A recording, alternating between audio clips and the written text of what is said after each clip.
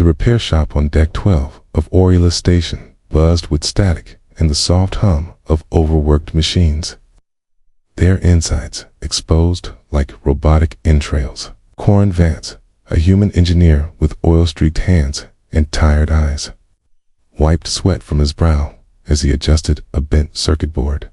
He had fixed everything from plasma rifles to oxygen scrubbers, but today felt different, though he couldn't explain why. The bell above the door jingled light, hesitant. He looked up and saw her, an Ellerin girl, her skin pale silver, her large violet eyes filled with a strange mix of caution and determination. She stepped forward, holding something tightly wrapped in a dark cloth. Corin raised an eyebrow. Ellerans rarely interacted with humans unless absolutely necessary. "Can I help you?" he asked, trying to keep his tone friendly. She hesitated, then unwrapped a cloth, revealing a cracked pendant delicate and old its center, a faded crystal webbed with fine fractures. Corin took it carefully, studying the strange symbols etched around the crystal. It was unlike anything he'd seen, but the craftsmanship was amazing. "Family heirloom?" he asked. She didn't answer directly. "Can you fix it?" she whispered. Corin shrugged. "I can try." He pulled his multi-tool from his belt and set to work. It took longer than he expected. The crystal resisted every technique he knew. But then he tried something different, a gentle pulse from a low-energy welder combined with a nanowire binding method he'd invented himself. Years ago for use in damaged satellite nodes. To his surprise, the crystal shimmered and the cracks began to close, fusing as if time rewound itself inside the pendant. When he handed it back, proud of his work, the girl just stared at it. Then, to Corin's confusion, her eyes filled with tears.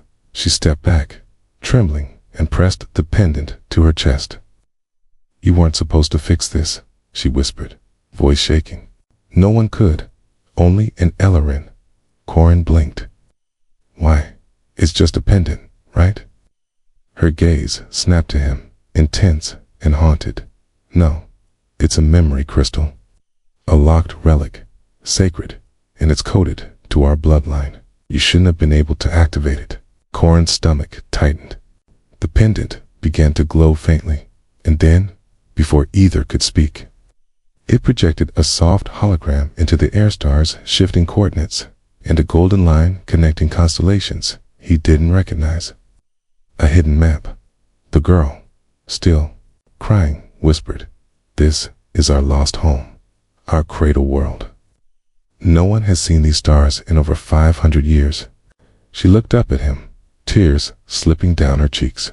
"Just unlocked our past." The room fell into silence. Then, without warning, the lights in the shop flickered, and a low warning chime rang out across the station. "Incoming signal detected."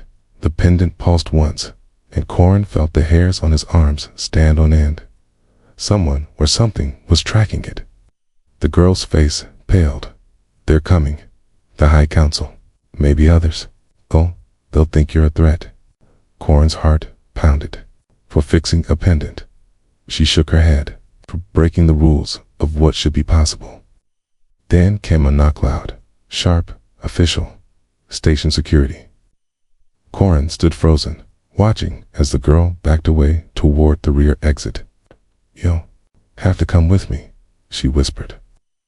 "Now, if they take you, they'll never let you go." The knock came again, harder this time, followed by voices shouting his name. Corin didn't know why this was happening, but something in the girl's eyes told him this was bigger than both of them. He glanced at the pendant, still glowing in her hands, then back to the door. The decision took him less than a second. He grabbed his coat, a small toolkit, and nodded. Together, they slipped out through the back of the shop, shadows wrapping around them like secrets, while behind them, the station began to stir with whispers of something impossible, something human. Corin Vance crouched low behind a stack of empty cargo crates, heart pounding as he listened to the heavy footsteps of the Oriola security team echo down the corridor behind him. Sorry. The silver-skinned Ellerin girl stood beside him, holding the pendant tightly in her hand, its dim blue light pulsing like a heartbeat. They had escaped through maintenance shafts and supply tunnels far from the clean, humming corridors of the upper station, and now they hid in the dim underbelly of Deck 41, a place forgotten even by station maps. Corin whispered, "You gonna tell me what that thing really is?" Sari hesitated, then nodded slowly. "It's called a memory crystal. It doesn't just hold information, it carries ancestral data. Locked in living crystal, readable only by certain biosignatures. Not just Ellerin Tekets, something far older, something built when my people and yours were not so different." Corin frowned. "But I fixed it." She turned to him with wide, fearful eyes. "Exactly. Shouldn't have been able to. That's what terrifies them. Your DNA. It must match something from the first builders. Before he could ask who those were, a low hum filled the narrow space. The pendant's light brightened, then projected a fresh image into the air.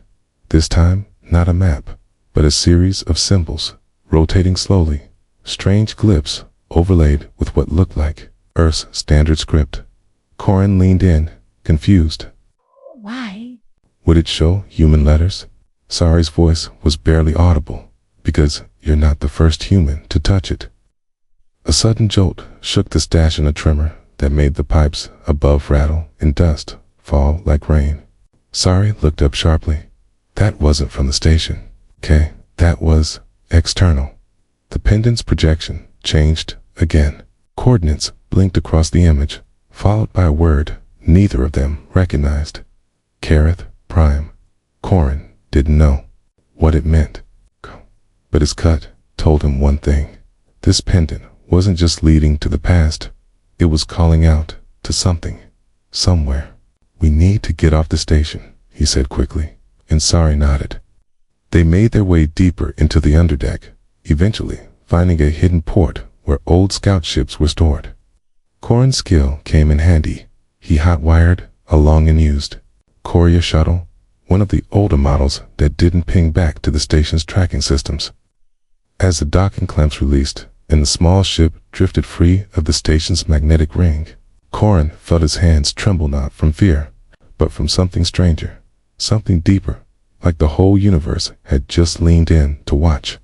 Sari sat beside him, silent, her eyes focused on the pendant now resting in her lap.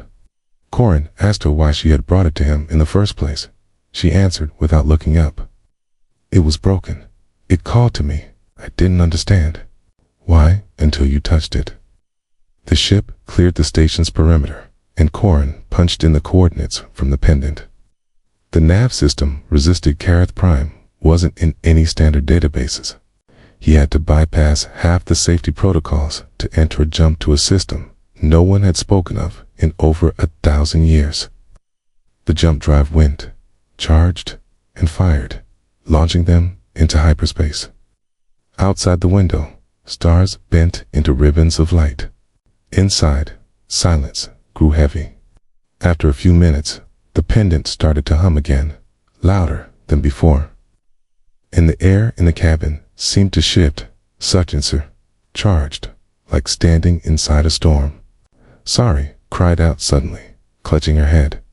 Corin reached for her, but she waved him back, her body shaking. "It's trying to show me something," she gasped. Then, all at once, the ship's systems flickered, and a new projection from the pendant filled the cockpit. Images of ancient cities floating in space, vast. Gate structures shaped like spirals, and humans, older, taller, in armor of light standing beside beings that looked eerily like Sari. Corin stared, awestruck. "This isn't history," he whispered. "It's memory." Sari nodded weakly. "Your people helped build the network, the gate system, the stars we use now. But when the collapse came, we blamed you. We buried the truth. We said humans were dangerous, that you brought ruin. But maybe we were wrong." The pendant pulsed once more, brighter than ever, and then dimmed. The jump ended. Ahead of them, Kareth Prime hung like a ghost in ice-blue world, surrounded by rings of shattered metal. Corin's sensors picked up ruins in Orbitan's enormous ring station, dark and dead for centuries, yet still whole. As they approached, a warning flashed on the screen. Unregistered AI signature detected. Corin looked at Sari. We're not the only ones who got the message. Just then, something shifted outside. The fragments of the station began to move, rearranging themselves, forming a path as if welcoming them. The pendant glowed again, as though answering the gesture. Corin knew, in that moment, that they were no longer just running. They were part of something ancient awakening. Someone or something was waiting for them to arrive. The stars blurred past the small shuttle as it shot away from Oriola's station, its stolen engines humming louder than they should. Panels flickering red, as if protesting the sudden escape. Corin Vance gripped the controls with one hand, the other resting near the emergency stabilizer. His eyes locked on the navigation screen as coordinates streamed by in alien and human scripts. Sari sat beside him, her pale silver skin glowing softly. In the dim cockpit light, the pendant in her hands still pulsing with a strange rhythm, as if it were alive and listening. Neither of them spoke as the gravity of what had just happened sank in one moment. They were fugitives on a space station. A ding, the next, they were running toward ancient coordinates tied to a secret buried for centuries. Behind them, Orioles shrank into the blackness of space, but their troubles weren't far behind. Corin scanners showed multiple ships had launched from the station minutes after they left, some marked as civilian patrols, others bearing no identification at all. We're being followed, Corin said, his voice low but calm, more for Sari's sake than his own. She didn't look up, still focused on the pendant, her lips moving silently as she tried to interpret the swirling glyphs that hovered around it. Corin checked the readouts. 3 ships, closing fast but keeping distance, not shooting yet, but watching.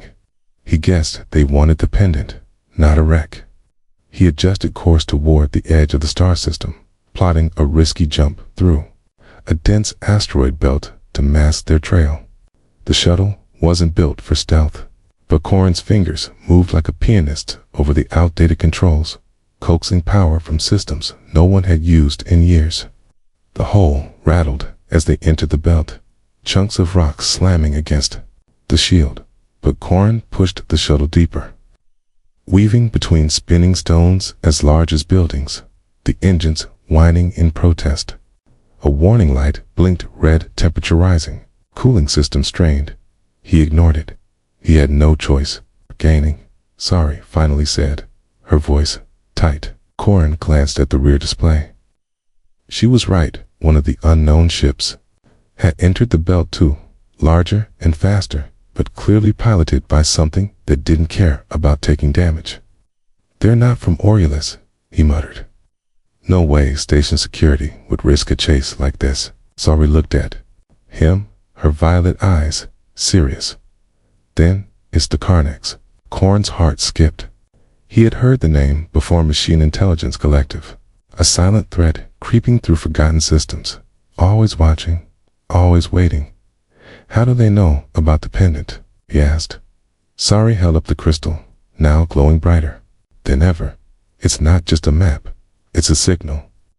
When it activated, it called Outhand. They heard it too. Corin cursed under his breath and pulled hard on the controls, flipping the shuttle sideways to avoid a spinning boulder that nearly clipped their wing.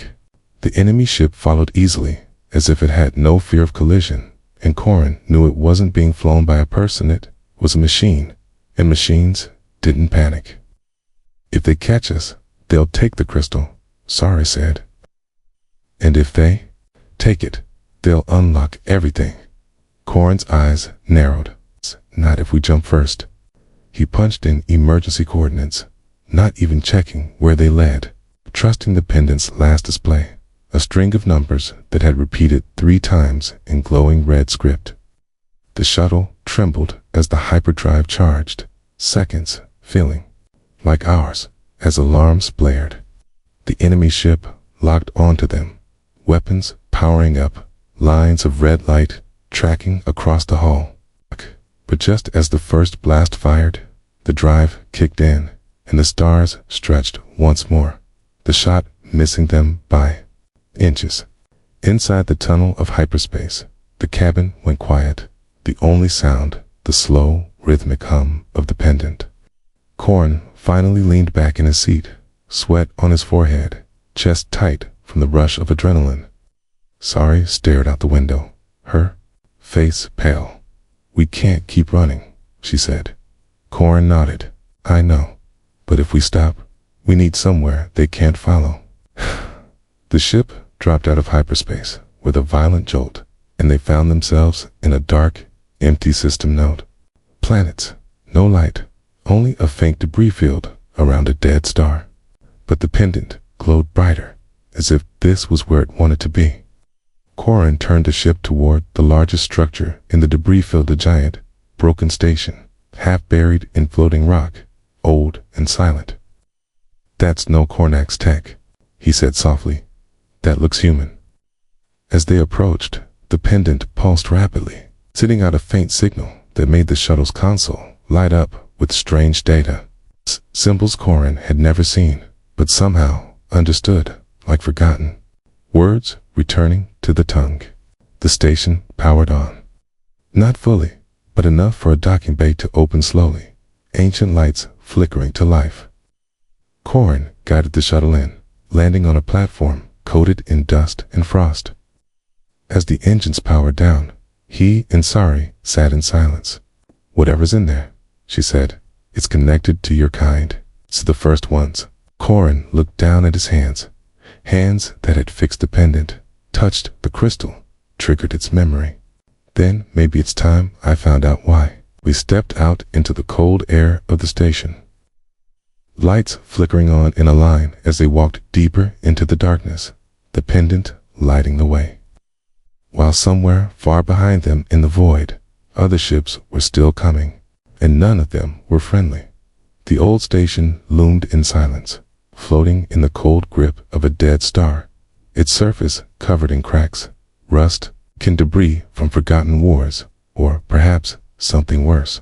And as Corrin and Sari stepped off the shuttle, a chill ran down their spines, not from the cold, but from the eerie stillness that wrapped around the place like a ghost. The air was thin but breathable, kept alive by machines that shouldn't still work. And yet, as they moved through the metal corridors, flickering lights guided their steps as if the station itself was waking up just for them. Corrin kept one hand on the pulse pistol at his hip, though he wasn't sure what good it would do against something ancient or mechanical. The other hand held a scanner that twitched and blinked erratically, unable to process the strange readings flooding in from every direction. Sari clutched the glowing Pendant close to her chest.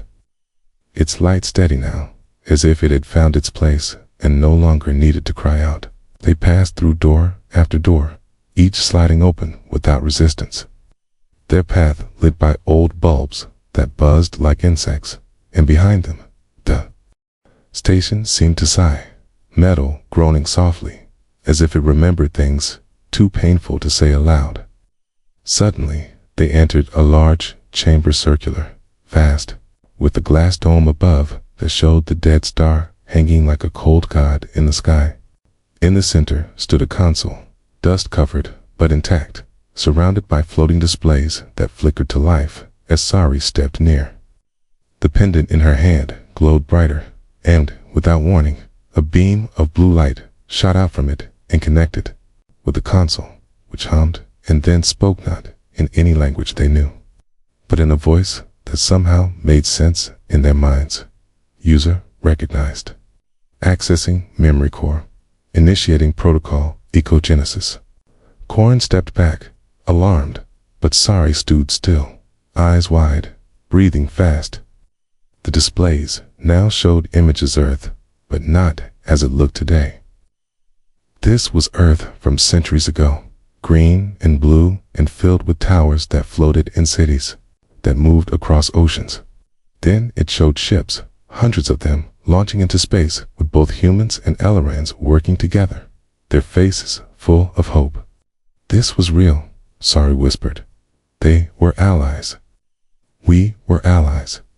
Corrin felt a strange pull in his chest, like a memory not his own trying to surface. And then the console shifted, showing a great war machines rising, turning on both species, devouring colonies, corrupting data, destroying everything they couldn't control, the Karnaks. Their name wasn't spoken, but it echoed through every image. A final scene played, one ship, massive and ancient, carrying something deep into the stars, something glowing with the same light as Sari's pendant. A key, a piece of something larger. The screen went dark. Corrin turned to Sari. We need to find that ship. Before she could answer, the chamber trembled, a deep vibration moving through the floor. Lights flickered again, this time redanned. A loud sound echoed through the station, a long, hollow tone that meant only one thing. Something had found them. Corrin ran to the console and tried to shut it down, but it only flashed new symbols, and the pendant grew hot in Sari's hand. They're here, she said, panic rising. They followed us. The station's main screen showed a new ship entering the systems leak. Black and wrong, its shape constantly shifting, like it was made of smoke and glass, and Corrin knew, without needing to be told, that it wasn't piloted by anything living. The Karnaks had come. We need to go now, Corrin said, grabbing Sari's hand and pulling her toward the exit. The pendant, still connected to the console by that beam of light. It snapped free with a spark as she moved, and the station seemed to scream, lights bursting, doors slamming shut behind them as if it was trying to seal itself again. They ran through the winding halls, alarms blaring now in a language not meant for human ears, and behind them something hissed and slithered in the shadows, crawling through vents and walls, coming for the light that had dared to awaken memory. The shuttle was still there, systems live and ready, but as Corrin powered it up, he saw a shape moving outside one of the Karnak's drones, gliding soundlessly across the platform, its arms too long, its face featureless except for a single red eye that pulsed with cold hunger. He fired the thrusters hard, burning the creature to ash as they lifted off, the station vanishing below into a haze of sparks and shadows. That was too close, Corrin muttered, checking the scanners. Sari didn't respond. She was staring at the pendant, now cracked again, but still glowing. The memory was incomplete, she said. There's more. The ship in the projectionette left behind fragments. The pendant is only one. Corrin adjusted course. Then we find the others before the Karnaks do. They jumped into hyperspace. Again, the stars stretched, and behind them, the dead system drifted into silence once more, but not for long. The Karnak ship hovered near the ruins of the station, scanning, calculating, and then, slowly, silently, it began to follow. The stars spun slowly outside the shuttle's narrow windows as Corrin adjusted the ship's course once again. The hum of the engine steady beneath his boots, but the silence between him and Sari had grown heavy. Filled with questions, neither of them dared to speak aloud yet, especially after what they had seen in the dead System Man ancient station that had remembered his DNA. A memory from a forgotten alliance between humans and Ellerans, and the sudden, terrifying arrival of the Karnaks.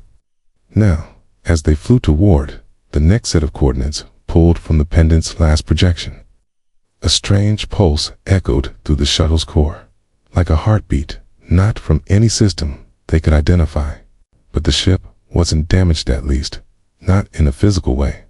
Corrin sat at the console and watched as the navigation screen changed again. Symbols shifting until they formed what looked like cold old Earth programming, mixed with strange alien glyphs, lines repeating in cycles, patterns folding over each other. He didn't understand how he could read them, but they made sense, like memories waking up inside him. Sari leaned in, pointing to one of the lines. That's not Ellerin. It's something else. Something deeper. Corin touched the screen and suddenly felt something spark in his mind. A flash of light. Images of a man who looked like him, only older, standing beside beings with silver skin like Saris, writing code into machines that formed gateways between stars. That's my ancestor, Corin whispered, heart pounding. He helped build it all. The pendant responded with a soft glow, and the screen shifted again, revealing a locational old data vault on a forgotten colony, world called Orcs, buried beneath miles of rock. It was the next piece of the puzzle, but reaching it wouldn't be easy. Orcs had been abandoned after a core failure almost 100 years ago. Its atmosphere unstable, its surface dangerous, and even worse, it sat near a system patrolled by scavengers and mercenaries. Still, they had no choice. As they neared the planet, the clouds below swirled in storms of ash and gas. In the moment they entered the atmosphere, the shuttle's hull groaned under pressure. Corin pushed the engines hard, guiding them toward a canyon marked by the pendant's glow, and just as they touched down on a narrow ledge, the storm closed in behind them like a living thing. They exited quickly, wearing filter masks, the air thick with static and heat, the rocks glowing faintly from radiation, long since cooled but never forgotten. The entrance to the vault was hidden behind layers of stone, but the pendant's light revealed symbols on the wall, circular patterns that responded to Corin's touch, locking a path underground. They descended into the dark, lights flickering. Above, as they moved through the tunnels, past broken cables and rusted panels, till they found the door, a massive steel slab with a human handprint scanner, long dead. Corin reached out, unsure, and placed his hand against the pad. The scanner lit up. Green. Approved. The door slid open with a deep groan, revealing a chamber filled with humming machines, still alive, untouched by time. At its center stood a pedestal, and on it rested a cube made of crystal and metal, pulsing slowly like a beating heart. As Corin approached, the cube glowed brighter and then unfolded, revealing a projection, this time not images, but lines of code. The same code from the shuttle, only now it was complete. This is it, Sari breathed. The human code. It's It's a language, not just for machines, but for creation. Corin stared at the line's commands that shaped matter, controlled energy, opened doors across galaxies. It was the base code of the ancient star network, the gates and ships and weapons lost to time. This is what the Karnags are hunting, he said. Not just the tech, the ability to rewrite the galaxy. A sound echoed down the hall, metal against metal. Footsteps, not human. They're here, Sari whispered. Corin grabbed the cube, and the pendant reacted immediately, wrapping a glow around the device like a shield. Lights dimmed. Emergency systems shut down. The vault knew it was being breached. They ran through the corridor, the sound of pursuit growing louder behind them. Shapes flickering in the dark, red eyes glowing. Karnax drones, silent and fast, moving like shadows. One of them launched forward, but Sari raised her hand, the pendant flaring, sending out a wave of light that threw the drone back into the wall in sparks. Corin pulled her into the tunnel, heart racing, dust falling from the ceiling as the vault began to collapse. They barely made it to the shuttle, and as the engines roared to life, the storm raged harder. Lightning slashing across the sky. The drones came at them again, but Corin lifted the ship straight into the air, the rear thrusters blasting fire across the canyon as they escaped. In orbit, safe for now, he placed the cube next to the pendant, and they glowed in unison, forming a single projection of a star map, far more detailed than before. There were more fragments, more vaults, more codes waiting to be found. They left all this for us, Corin said quietly. The first builders. They knew we'd come back one day. Sari looked at him, her voice steady. 10. We must. finished what they started before the Karnaks do. Outside, stars waited. And so did the end.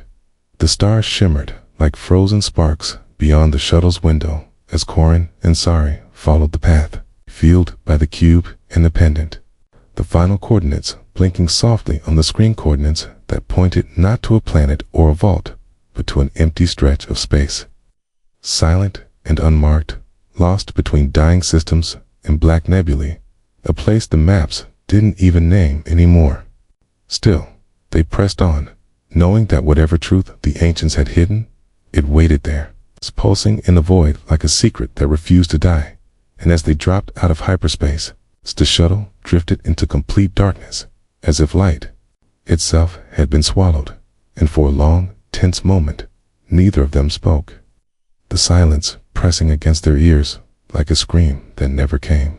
Then, the pendant lit up not bright, but steady, and the cube responded with a flicker, unlocking a projection that showed a gate. Invisible to the eye, but massive, its edges curved like a spiral of starlight, folded in on itself, cloaked in technology lost to time. And as they drifted closer, the ship trembled softly, as though it could feel the weight of what lay ahead.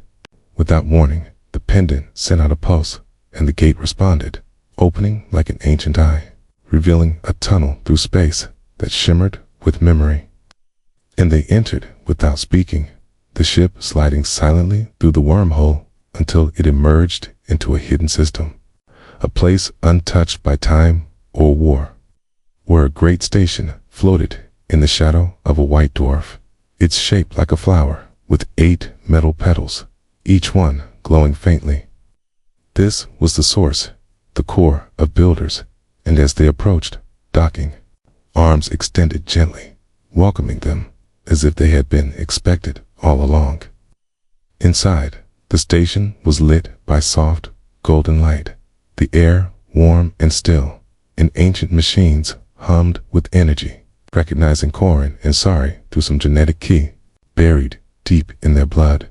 The walls themselves responded to their presence, and at the center of the station, beneath a crystal dome, lay a room filled with holographic statues, humans and Elorans side by side. Not warriors, but thinkers, dreamers, scientists, and leaders, who had once built a future where both species would live and rise together. But it had all fallen. And here, in this final place, the truth waited. As Sari placed the cube on a pedestal, the entire station came alive, lights pulsing in rhythm, machines unfolding from the walls. And then a voice spoke not from a speaker, but in their minds, clear and calm, layered in every language. At once you have returned. The code is complete. The memory will now awaken. The dome darkened, and around them, stars bloomed into view, not as they were now, but as they had been centuries ago, when the first builders unlocked the truth of matter, language, and time. They watched as the builders formed alliances, created the stargates, and seeded worlds with life and knowledge. But then came the betrayal.